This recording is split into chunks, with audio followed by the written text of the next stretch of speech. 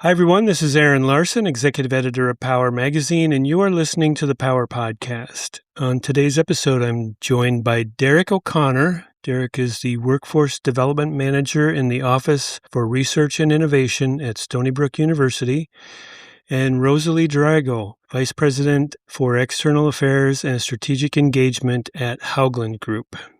Thank you both for joining me, and I'd like to have you each tell a little bit about yourselves. So, Rosalie, would you go first, please? Absolutely. I serve as external affairs and strategic engagement for Haugland Group. Our focus is in this division is workforce development and supplier development. And prior to coming to Haugland Group, I was Commissioner of Labor for Suffolk County. So really focused on making sure that communities where we work have access to the great economically empowering jobs that infrastructure construction can provide. All right, thanks. And I'm glad to have you here on the podcast. And Derek, please tell a little bit about yourself as well. Yes, I'm the Workforce Development Manager here in the Office for Research and Innovation at Stony Brook University. Here we oversee two centers of excellence, one in advanced energy, one in wireless information technology, as well as a grid-focused Center for Advanced Technology. So these centers are part of Empire State Development's NISTAR initiative, which is an economic development engine for New York State. All right, thanks for joining me. The reason I wanted to have you both on is because, the power industry is facing a pretty well documented workforce challenge. There's aging workforce, a lot of people retiring, not a lot of people coming into the workforce, and more jobs are needed with all the development and expansion that's going on. So, from your perspectives, and maybe Rosalie, I'll have you begin, what are the most critical gaps that you're seeing in the talent pipeline? Well, thank you, Aaron. So we're the civil infrastructure and energy construction side, and a couple of things. I think people don't realize how high tech and innovative and creative the construction side is. I think they have a very antiquated view of construction just being, hammers and nails and excavators. And so we are facing a talent shortage on the trade side, and there's a lack of understanding about the high tech nature. And so we use a lot of technology in the work we do, drones, 3D modeling, analytics, and we just don't see people coming into that side of the business either. So those are really two areas we wanted to focus on. And in our supply chain is manufacturing, of course, and I know that sort of sister side of the industry is struggling as well. hmm Derek, what are you seeing from your side? So, from a pipeline perspective, it's really awareness and excitement. The high school students and the undergraduates, they're not always aware of where their power comes from, how it's generated, and especially here in New York, who plays what role. To them, it's someone who their parents pay a bill to. Here at the Advanced Energy Center, since we're a center of excellence, we have an industrial advisory board, of which Haugland is a member, and they provide insight into what they need for workforce development. And from that technical perspective for pipeline, they cite power engineering. When I say they, I mean, NIPAs, National Grids, LIPA, PSENG, all the major players in the New York energy and utility space. Power engineering is the biggest need right now that we're seeing. And one partner mentioned that they needed 80 power engineers yesterday. So that's definitely a discipline that we're looking to here from the research and innovation side. And you reached out to me, after seeing some articles that we had posted, one on workforce challenges specifically. And how closely do you track those industry signals and follow where those gaps are? And how does that shape the programs that you develop at Stony Brook? So we're in a unique position because while we're an academic institution, our unit's on the external industry facing side. So in addition to our boards that we have that give us the insight on what they need from a workforce perspective, we also have a responsibility as a New York State economic development entity to support the industry and keep workers here in New York. That's the main focus of the programs that we develop here on the workforce side, keeping the future and next generation of workforce here in New York, specifically here on Long Island. So every program that we build matches faculty guided innovation and research with that industry application. Our programs typically start with a collection of interdisciplinary modules, then they organically evolve into their own programs based on the demands or shifts in policy or funding streams. For instance, the Fundamentals of Offshore Wind, which was a program that was developed here in 2021, that was an interdisciplinary look at the environmental and engineering and business and policy side of offshore wind. But based on the demand and feedback we got on specific modules and the needs of the workforce, we then turned that into a hands-on HVDC power engineering training. So our programs are always flexible, that certain pieces that work or really resonate with our audience are able to then be built into their own programs. It's very interesting to me that you've developed several different programs. The first of which was, I believe, Taste of the Trades. Can you talk a little bit about that and how it evolved over time? So we actually met and started working together when I was at the Labor Department. And one of the things the Labor Department does is look at where the trends are that industry is trying to hire for, where that gap is. And there are federal, state, local funds to train out of work individuals and youth in those career tracks. And Stony Brook was always a tremendous partner in that space for us when I was on the county side. And then as an employer, that was a natural fit moving forward. So the problem really that we were focused on was there are a lot of youth that need to work when they're in high school, and they are traditionally working in, you know, retail, restaurant, type of jobs, which are great. I did them when I was 14, 15, and 16, learned a lot of skills. But if we could take folks sooner and put them on a career track that is good wages, benefits, you know, an exciting career, but the folks are not going into it because they have to pay bills. And so by combining what the industry need is with the ability to write curriculum and really engaging curriculum and industry partners with the workforce funds for youth employment, the problem we were trying to solve was how do we have youth get work experience in this industry and get exposed to this industry when they have to work somewhere else. So by adding a paid component to this, so all the young people that went through the program, one of them said, I would have been working two jobs over the summer, being a hostess in a restaurant or, doing other things, were able to contribute to their family household income, right? Save for their car or their college, and also learn about this career so that they were making that career choice in our industry moving forward instead of another one. And from what I understand now, Stony Brook has basically 5 distinct programs that span from high school students all the way through university undergrads. Can you walk us through how that expanded and what each of those programs targets? So each of the programs that we do go back to some form of an interdisciplinary content area that we use either our expert faculty, our industry partners like Haugland, or a combination of both. And once they've kind of come up with like a repository of content, we're able to then apply that to a workforce need with our industry partners. So, for example, when we did the Taste of the Trades, we found that there was also an interest among the students to learn how to fly drones. Drones is a huge area that Haugland is utilizing. So we put that out there to some of the higher performing students from Taste of the Trades, and they immediately opted into the drone program. So now that they've done the summer youth employment program, Taste of the Trades, then in their senior year, they did the drone piloting program. And now we've repeated that process a second time. At the same time, we did an interdisciplinary geothermal program. And what that yielded was a hands-on geothermal accredited installer training. So what we try to do is build programs that could either be scaled up for advanced audiences or scaled down for K-12 hands-on audiences. But at the same time, that repository is able to be used in the professional education space. So what we do is look at specific either energy, grid, or infrastructure areas, build that interdisciplinary curriculum, and then work with our partners, whether it's Suffolk Community College, Brookhaven National Lab. We have a great third-party instructional designer, MWBE, called Winemaker, who takes our content and is able to instructionally design it for all levels of K-12, and then put that out there so that we're meeting the audiences where they're at right now. And to build on what you just said, Derek, the taste of the trades was meant to expose to all aspects of the industry that the students knew nothing about. Then through that, they'd identify one or two things, like, this is the thing that really speaks to me.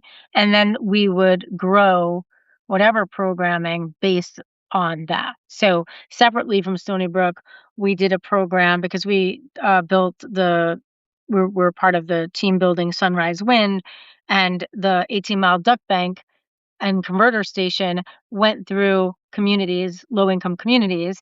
And so we also, while we were doing Taste of the Trades with Stony Brook, we did a similar program with drones, specifically in technology, in William Floyd High School.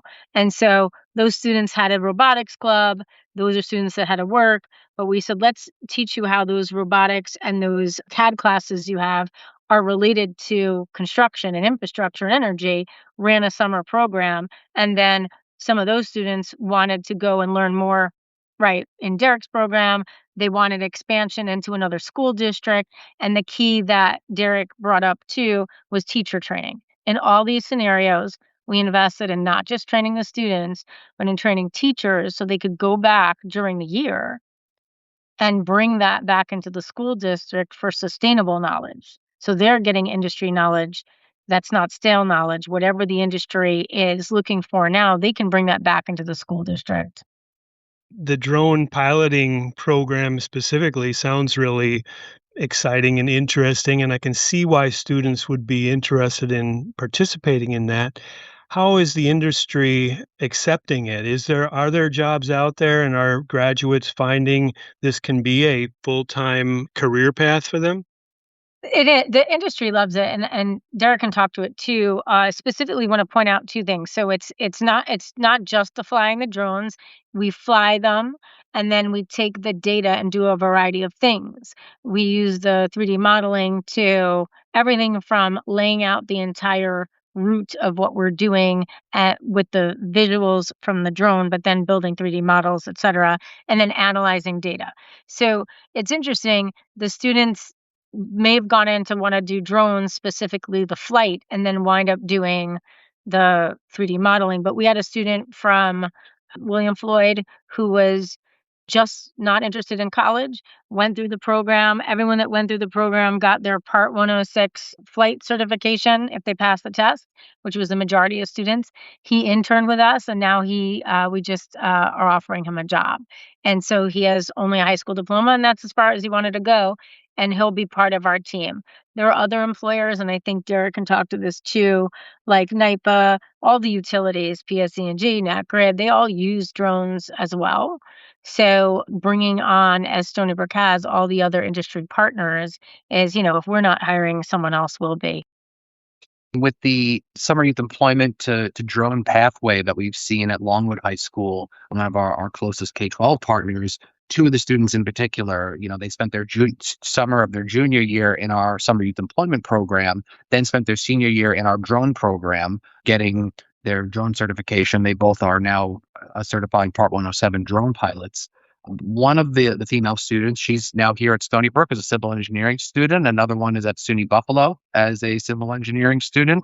A third student that we work with through Belport High School went to go work at Haugland during the summer after her junior year, and now is at Vassar. And then another student is also here at Stony Brook studying computer science, is admitted to the Honors College, and is an intern in our energy cybersecurity program. So we're seeing a really interesting pathway for the students who are going into this program, because when they start, we've targeted students who are in their junior year. So they spend their junior year getting exposure and awareness of these types of programs and careers, then tailoring their senior year experience either through, again, one of our programs or perhaps their coursework. And then if they choose to go down the college pathway, they have these skills and these certifications to apply to their next stage. But at the same time, they can also utilize them to go into the workforce. And the student from Belport specifically wound up not going into the STEM side of it. I mean, she's still in college, just as you said, it's her first year, but she wound up being really interested in the government affairs side. So when she interned with us, she focused on government affairs, and that's what she worked on, policy in this energy space and environmental justice topic. So it really does open up a wide variety of options. Yeah, I think it's great to see that women are in these programs, and you have one specifically designed, I think, for encouraging women to get involved. Is that called Empower Her? And can you talk a little bit about that? Yeah, so we building on the amazing partnership we had with Derek at Stony Brook, we are working on a project in Brooklyn, the Brooklyn Clean Energy Hub. And really, like I said earlier, wherever Haugland does work, we try to do a local talent pipeline program.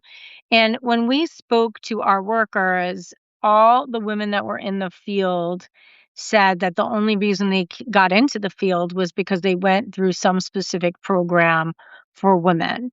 And we found that really interesting. So we partner with Non-Traditional Employment for Women, which is a pre-apprenticeship union program in the city, and a community-based organization and the local high schools to identify women that were interested in young girls in high school that were interested in learning about the trades.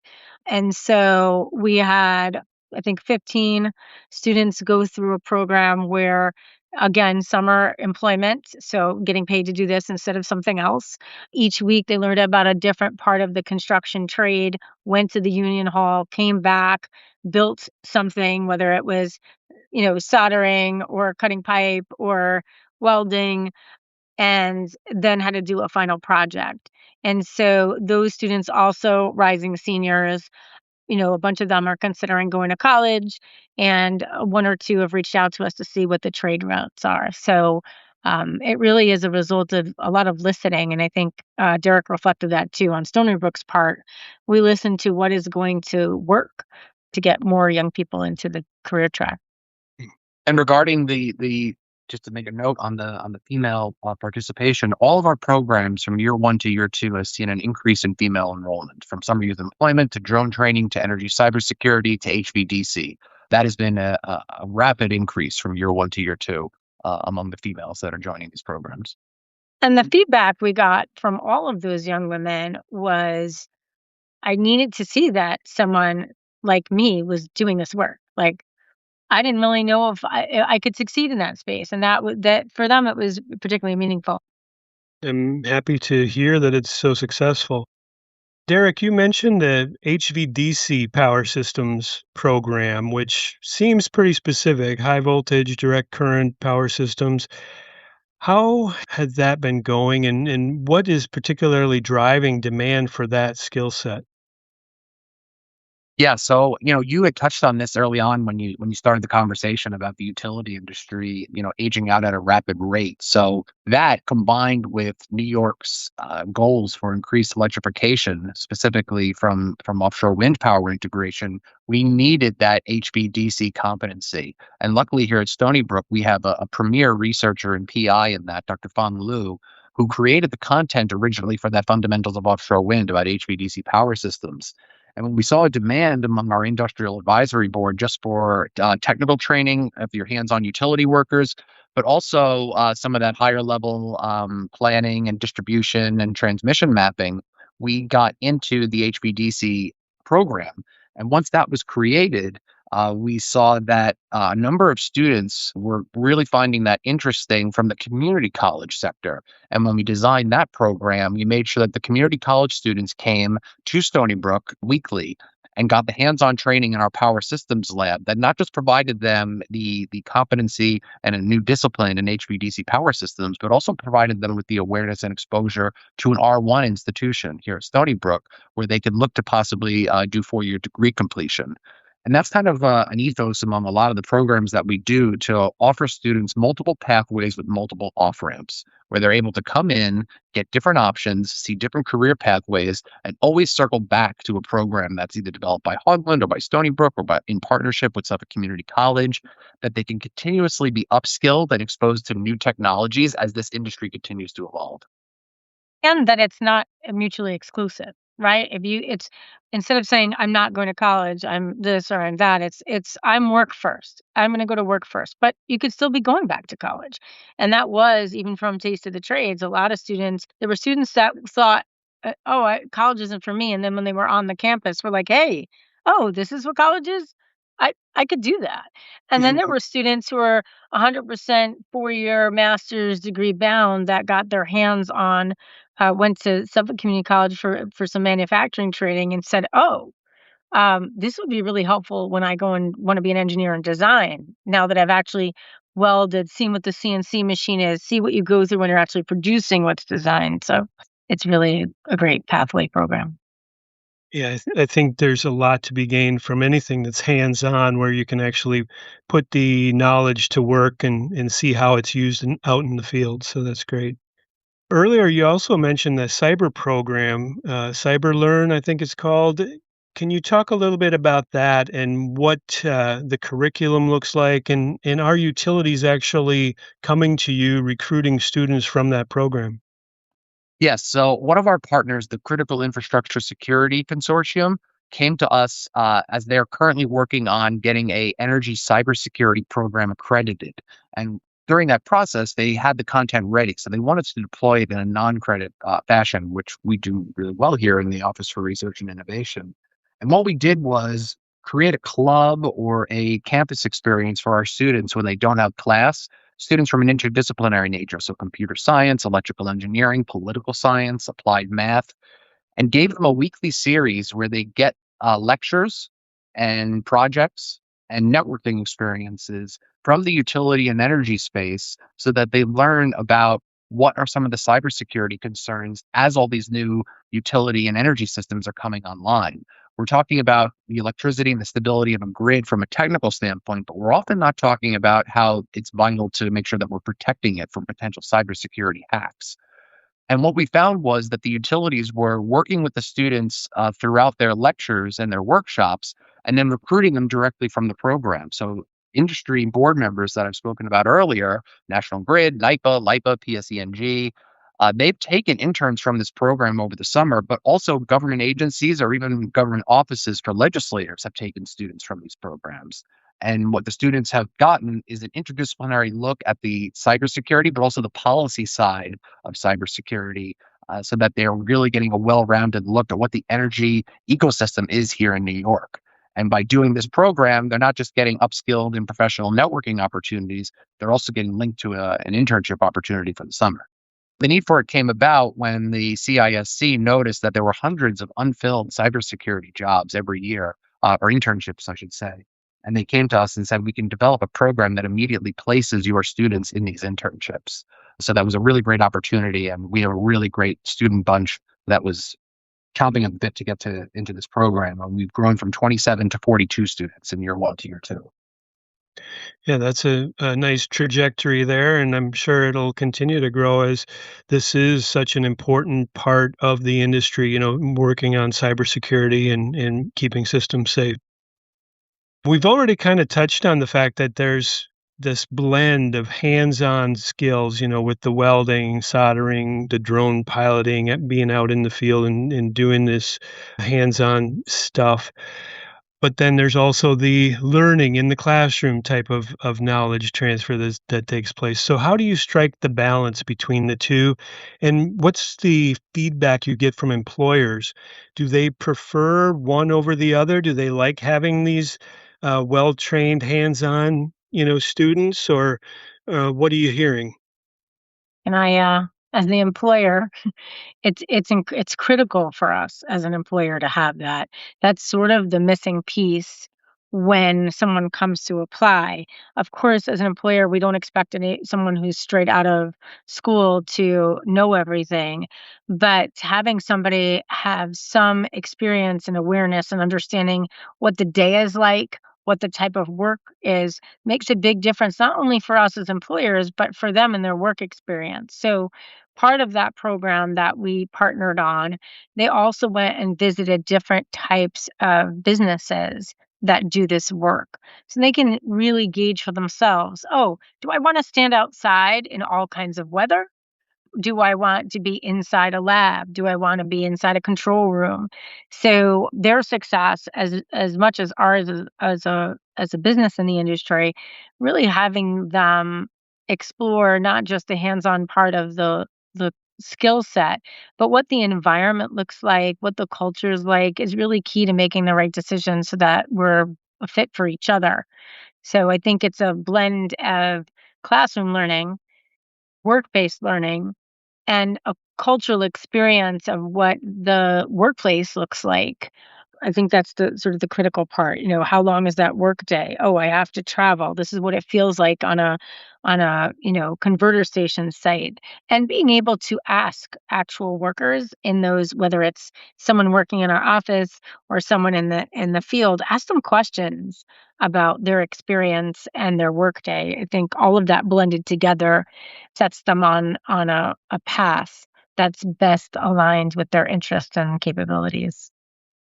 And Rosalie, you mentioned when you go into any new project and into a new community, you try to set up these programs where you can help develop the workforce locally.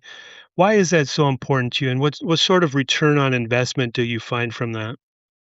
And in the beginning, you brought up that we have a worker shortage, and that would just be an endless cycle if we don't, and employers must simultaneously invest in hiring from the community today for today's project and invest in tomorrow's when we're in a space, because we will continue to have a shortage if we're not doing that. So the return on investment is that we won't have a shortage in the future if we're continuously investing in the future worker. And beyond that, when you do an energy project, and you'll see a lot of this in the news, people have a lot of misunderstanding about energy. And in all fairness, I didn't know before I entered this industry. I turned on my light switch or looked at my phone in the morning and turned on my stove. I didn't think for a minute about how the power was getting to me, whether there was enough power. None of that really was on my radar until the power went out. So it also helps the community understand the power structure, the infrastructure, and when they want to have a voice in where something is sited, how it's sited, what's happening, they have a really clear understanding. That was another amazing part of the first year program when the students gave their presentations on graduating. They said, I completely have changed my thinking about these different types of power delivery. I had heard X, Y, and Z. My parents had heard X, Y, and Z, but I was able to go back and actually explain it now. And I think, in addition to ensuring, in terms of return on investment, and in addition to ensuring we have a workforce, we're really helping to educate the community and empower the community to make well-formed decisions about what's happening with their power. And I think that doesn't have a dollar amount on it. That's something that we need to do as part of the civic fabric of the communities we live and work in. And Derek, I'd like to go back and talk a little bit more about the Taste of the Trades program. And from what I understand now, the industry has pretty much sponsored this for the past 2 years at least, and actually pays students to participate. How did you get to that model? And is that kind of a goal for you in all of your programs, or is that just in this particular instance? So Rosalie had addressed pointed this earlier about how, with her time at Department of Labor, knowing about a program that was able to pay the wages for under-resourced students. And in this case, that applies to the students in Taste of the Trade. So with the students that were within the high schools of Longwood, William Floyd, and Belport, they were able to tap into the wages being paid by the Department of Labor. So Rosalie and I recruited partners to develop content and host the students, between Stony Brook, Brookhaven National Lab, and Suffolk Community College, and then get those wages sponsored by Suffolk County Department of Labor. What we needed cost coverage for in other areas, we were able to first utilize seed funding from our Center for Advanced Technology here at Stony Brook. And that kind of served as a pilot program. Haugland supplied all the wraparound services as well as other compensation for teacher chaperones. And then in year two, Haugland again partnered with us. We recruited other industry partners to, cover the seed funding that we had originally invested. And Suffolk County Department of Labor still is able to put the wages in for these students that fall within a separate financial threshold. The same model is basically utilized for the drone program and some of the other programs that Rosalie's outlined. But without those industry partnerships, for those who see that return on investment and understand that the potential worker shortage can be really mitigated for with programs like this that provide that awareness and experiential learning opportunities, that was what allows us to run programs like this. So Taste of the Trades is really a prime example of this type of programming. Yes, ideally, I would like see all of our programs have workforce trainees be compensated and at the same time have those costs covered either by industry sponsorship or grants. That's what our job is, and that's our goal. And when we're able to see those programs be completed, everyone really benefits. Mhm. And the partnership with the government funding, this partnership is government, industry, education, and community organizations all together. I mean, that is probably one of the most unique and really one of the reasons for its success is that all of those entities from that workforce ecosystem are blending their resources and braiding their resources to make this happen.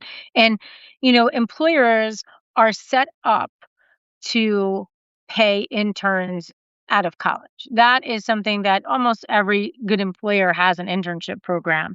But where the break in the talent pipeline was taking place was folks were saying, I'm not resourced to pay a high school student, right? Because I'm not going to see the fruits of that investment right away. I need these interns in college who can immediately start tomorrow. So that was really the break in the talent pipeline that was keeping us from that sustainable flow of talent. Doing this with the government programming to fund high school students helps employers keep doing what they do best, which is pay an intern a wage when they are work ready, right? To come in and keep doing what they do best. And then we were able to work together to close that leak in the pipe so that high school students could get paid as well. And then be able to go in like this young man from William Floyd or the young lady from Bellport could come in here after they had some work exposure or some certification and then join our regular internship program and then become an employee. But really that missing link, we just weren't getting enough people because it was hard to come up with resources for high school students to get that pay. And I think people were really missing the sheer amount of young people that have to work and are just choosing whatever and could be on a path to careers in energy. So what sort of placement rates do you see from these programs? Are you hitting, your goals and your targets with getting students into actual career positions? So we aim to work with students who are typically in their junior year, rising juniors or even rising seniors most of the time. So they still have another year of in school or work-based learning opportunities that they need to complete before we see them enter the workforce. So now that we're 2 years into this, those students should be going into either a 4-year university, a 2-year school, trades, military service, workforce, entrepreneurship. And so right now, that's where we are. The students that we referenced earlier, the ones we know about, the ones who are here at Stony Brook, the ones who Haugland has hired, that's success to us that we're seeing those students continue their pathway in programs that are somewhat associated with the partners that we've built here. Yeah, and I'll echo that. We are seeing for us in those first pilot years, the success was that a student that would otherwise have had to go work at, pizzeria or, a 7-Eleven were actually moving towards careers or education in our field. We've seen them go to Stony Brook. We've seen them go to other location. We've seen them go into the trade or straight to work. And that let us know that the program's working, like that what we have in place is the right curriculum, the right balance. And now I think, the next year, their year and senior year has passed and we'll see future results. So we could check back with you as those go along. I'd love to hear how they're doing out there. So, have you been approached by any other universities or industry partners that are looking to maybe replicate this model in other parts of the country? I mean, our Brooklyn Clean Energy Hub program with Con Ed for EmpowerHER was modeled on what Derek and I did, what Stony Brook and Haugland did. So it is either we're replicating it other places. We have other regional think tanks who've said this is the model we were looking for and using it as a basis for applying for regional workforce grants. So it's I think in that respect, it's a good model. I mean, we're going to try to expand and connect to other groups. And we also were able to package all of these programs as part of the New York Power Authority's workforce funding rounds that went out late last year. And Stony Brook received a a very large grant in the amount of around $700,000 to take all of these programs and replicate them in the Brentwood area near NICA power generation station. So what we're able to do now is run multiple cohorts of the drone training and taste of the trades, as well as some teacher training in the areas of solar panel and heat pump installation. Excellent. So, what's next on your agenda? Are there additional programs that you've got under development, or do you have plans to continue to scale the programs you have, or what are you targeting here? I think we want to keep the taste of the trades, right? And keep that going because it is the what's putting people into the pipeline and making sure that that program is adjusted each year to reflect market conditions, right? So the first year we focused heavily on offshore wind because there was a giant offshore wind project on Long Island, Sunrise Wind. The next year we incorporated and thanks really to the vision and strategy of Stony Brook, incorporated different types of energy sources so that students could see careers in the different elements because the landscape was shifting. So there is a lot going into making sure that the current pipeline program remains current based on the talent needs and the industry direction here. And then I think, yes, build and replicate. I would agree. I would think also, I would hope that the people listening to this podcast from the industry side get in touch with us and tell us exactly what they need or what they're looking for to bolster their energy workforce.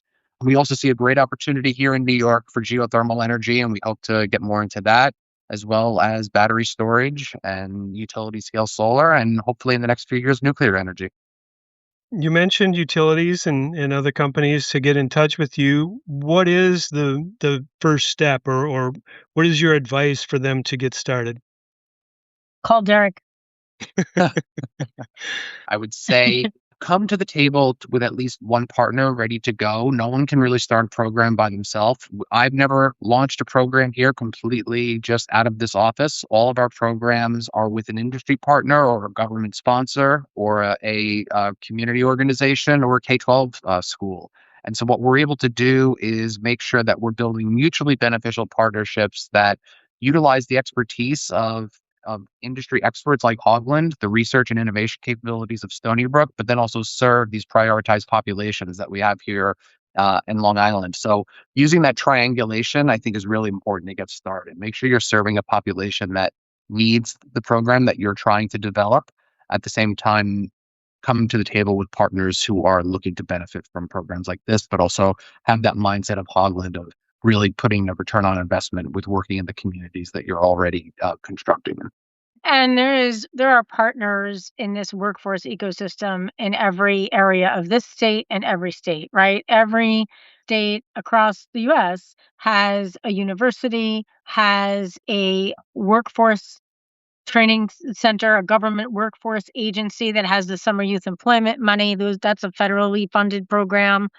So that's available in every state, and every state or region of a state has employers from the industry, utilities, contractors, right, developers. They exist. So it's really about putting together all those ecosystem partners at one table and saying, hey, here's the problem that we're trying to solve. Let's come up with a program for where we are. So, everyone's got the tools.